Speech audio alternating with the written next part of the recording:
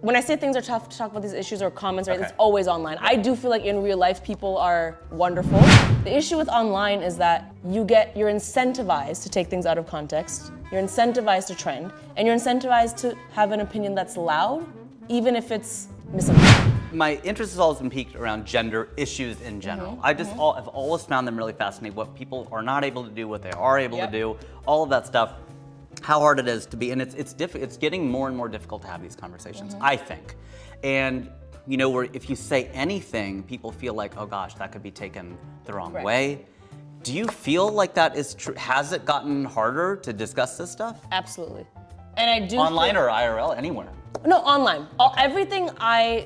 When I say things are tough to talk about these issues or comments, right, it's always online. I do feel like in real life, people are wonderful. Yeah. Online, they can be wonderful too, but in real life, I'll tell you what, during the Black Lives Matter protests, I learned a very valuable lesson that year because I remember being online and like a lot of people were kind of being like, oh, online's a lot for me right now. There's a lot of hostility, a lot of people arguing, there's a lot of misinformation, you know, you mix COVID with the protests, all this stuff, and it was becoming a lot, so I just put my phone away, and I was like, you know what? Going to a protest in real life. Wow. And I went to a protest in real life, and it was one of the most beautiful things I've ever seen. People that were all standing for a common cause. Right. Educating each other through conversation, being patient with each other, standing next to someone they otherwise would not see eye to eye on and standing for this common cause. And I remember thinking in that moment, social media is just not real life. It's truly not. All the discussions that happen on there are important and valid, but they're not conversations. They're just opinions and statements. Because a conversation is that I'm listening, I'm learning, I'm receiving, I'm giving. That's a conversation, right? The issue with online is that you're incentivized to take things out of context, you're incentivized to trend, and you're incentivized to have an opinion that's loud, even if it's misinformed. The most outrageous one. It'll get bumped up to the top. 100%. It'll get amplified. It'll get, and people are. That's why things have gone so. It's part of the reason why. So I don't think the conversations. I don't want anyone listening to think, oh, social media doesn't play important role in conversations. No, I've learned so much of social media. I think it's such a powerful tool. But for as long as people are incentivized to tear people down because it elevates themselves through numbers and through followers and all that stuff, it's never going to be a place where genuine conversation can happen. True. So where does that happen? Right here. Right here. On your podcast.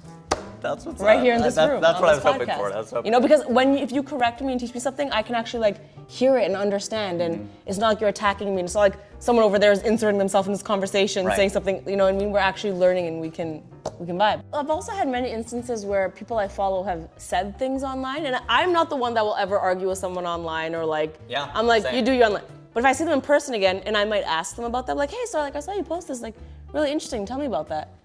More often than not, that person goes, nah, man, that's just for the internet. Oh no. And I'm like, that's another issue. Here's an example.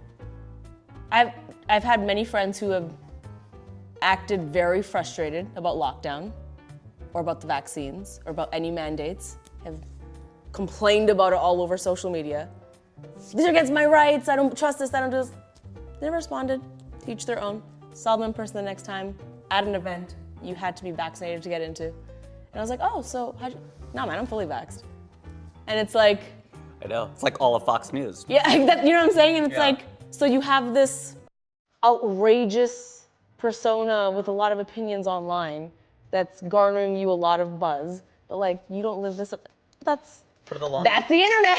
For the longest time, I've always wondered, is it worse to not know, or is it or to know and not do?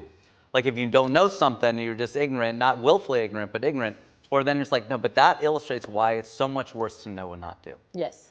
Because you know effing better. Yes. And you are monetizing whatever you're doing. Correct. That's so wrong. Yeah. Hashtag Twitter.